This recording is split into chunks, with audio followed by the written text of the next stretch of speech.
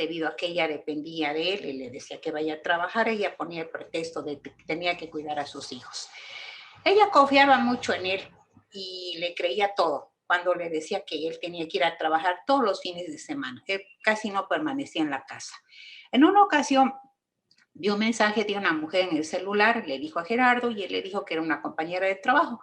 Lo interesante es que ella conocía al personal del trabajo, había hecho sus prácticas anteriormente, pero ella se sintió confiada nuevamente y no le dio importancia al fenómeno. El matrimonio siempre se caracterizó, sin embargo, por ser inestable, con muchos malos entendidos, discordias, etcétera. Sin embargo, ambos estaban en zona de confort. El confinamiento por el COVID obligó a Gerardo y Ana a quedarse en casa y la bomba estalla. Gerardo anunció que se iba de la casa y que tenía un amante y propuso un divorcio colaborativo. Ana quedó con la guardia custodia de sus menores hijos en el inmueble que vivían. Además, una pensión alimenticia muy alta para los menores, así como un coche muy bueno, último modelo, para realizar actividades. Pero ella, no conforme con esto y sintiéndose más bien engañada por la infidelidad, demandó a Gerardo por daño psicológico y violencia psicológica, exigiendo una indemnización, una pensión mensual para ella, argumentando que estaba impedida para desarrollar actividades cotidianas y que no haber ejercido su profesión, no tenía experiencia laboral y por lo mismo además no encontraba trabajo, porque obviamente no lo buscaba, ¿no? El divorcio dejó mucho dolor, resentimiento en Ana por el hecho de haber confiado en Gerardo, que no llenó sus expectativas y ella empezó a sentir que no había aprovechado este tiempo. Luego entonces aquí vemos que el divorcio y separación impacta a esta pareja de manera diferente. Gerardo ya había empezado su duelo anteriormente y ya tenía una relación nueva y vivía la ruptura como un paso adelante. Y exigía a Ana que trabajara porque tenía una profesión como un recurso laboral. Mientras que ella, al perder su zona de confort, vivía el divorcio como un paso atrás y prácticamente decía que Gerardo era el chivo expiatorio de toda su desgracia. Gerardo, con esto, en esta situación, Gerardo contrademandó a Ana, no por la custodia de los menores y los demás beneficios que habían quedado originalmente cuando se dio el divorcio, eh, de acuerdo o no voluntario.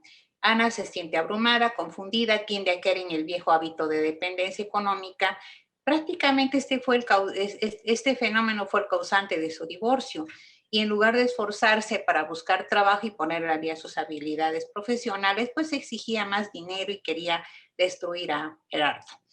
La separación y el divorcio aquí generan grandes cambios en la vida cotidiana, ya que no es posible pretender el mismo nivel de vida. Los escenarios socioeconómicos para ambos cónyuges son diferentes. Es importante el reacomodo social, económico, familiar, objetivo, ético, sobre todo responsable y maduro, que corresponde en este caso a Ana, porque hay que considerar que hay 5 tipos de divorcios: el económico, el jurídico, cuando hay matrimonio, el social, el emocional y bueno, pues el parental, que es el que no debe terminar. En este caso, Gerardo gana la contrademanda a Ana y se queda con todo y Ana se queda, como quien dice, sin las sogas en el cabrito, medio por flojita. Bueno, el caso tercero de Lorena y Eduardo, ella tiene 53 años, Eduardo 51, eran amigos desde la adolescencia, eran vecinos.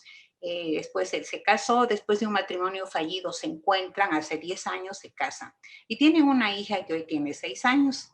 Esta pareja es madura, como pueden ver, ¿no? Él es una profesión ingeniero, trabajaba en una empresa y ella en su consultorio particular. Ella le propuso que renuncie a su trabajo y que se haga cargo de la casa, del cuidado de la niña, ya que son actividades que ella detesta y ella se compromete a ser la proveedora económica. Él asume todos los cuidados, atenciones de la menor, completamente, desde las más básicas hasta las más fuertes, ¿no? Cuidados, y además educación, arregla su cuarto, etcétera. Tienen convivios, viajan a México, etcétera. Ellos compran una casa, pero la casa tiene problemas de construcción y ellos deciden demandar a la inmobiliaria. Para esto, Lorena busca a una antigua amiga que es abogada. Y aquí comienzan los problemas. La abogada acordó, o más bien Lorena, asustada por su abogada acordó con la constructora que Eduardo no puede tener acceso a la casa mientras se repara porque decía que él pues alegaba muchas cosas contra la inmobiliaria, ¿no?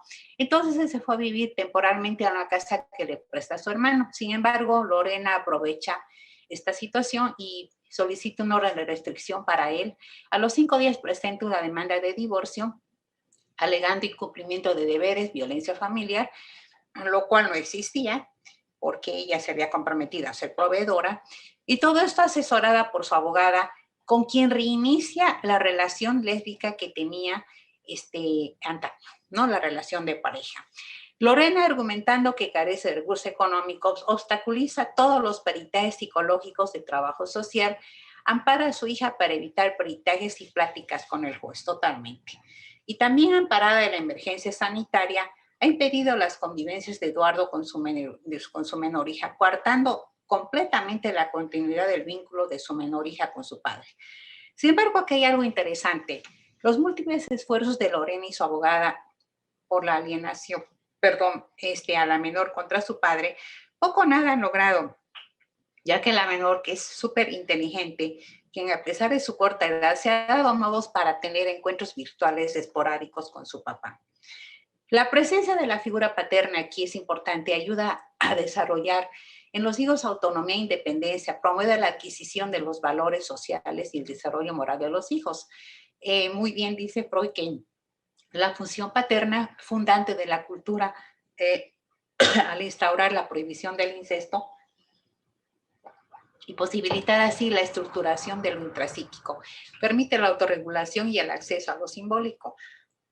Lorena ha asistido sin éxito a muchas instituciones públicas, como el IMujeres, el sistema estatal como para integrar de la familia, como el DIF, para demostrar que ha sufrido violencia familiar de parte de Eduardo, tanto ella como su menor hija. Finalmente, el juzgado, considerando los reportes de estas instituciones,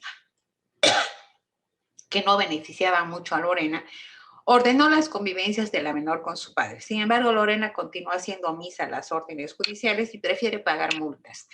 La astucia y corrupción de su abogada dilatan más este proceso jurídico que sigue vigente.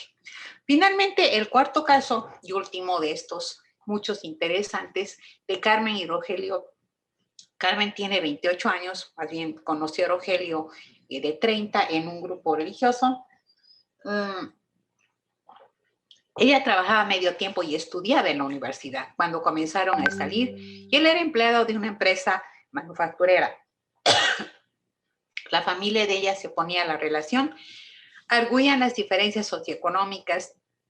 Sin embargo, ambos estaban enamorados, se embarazaron, se fueron a vivir y luego se casan.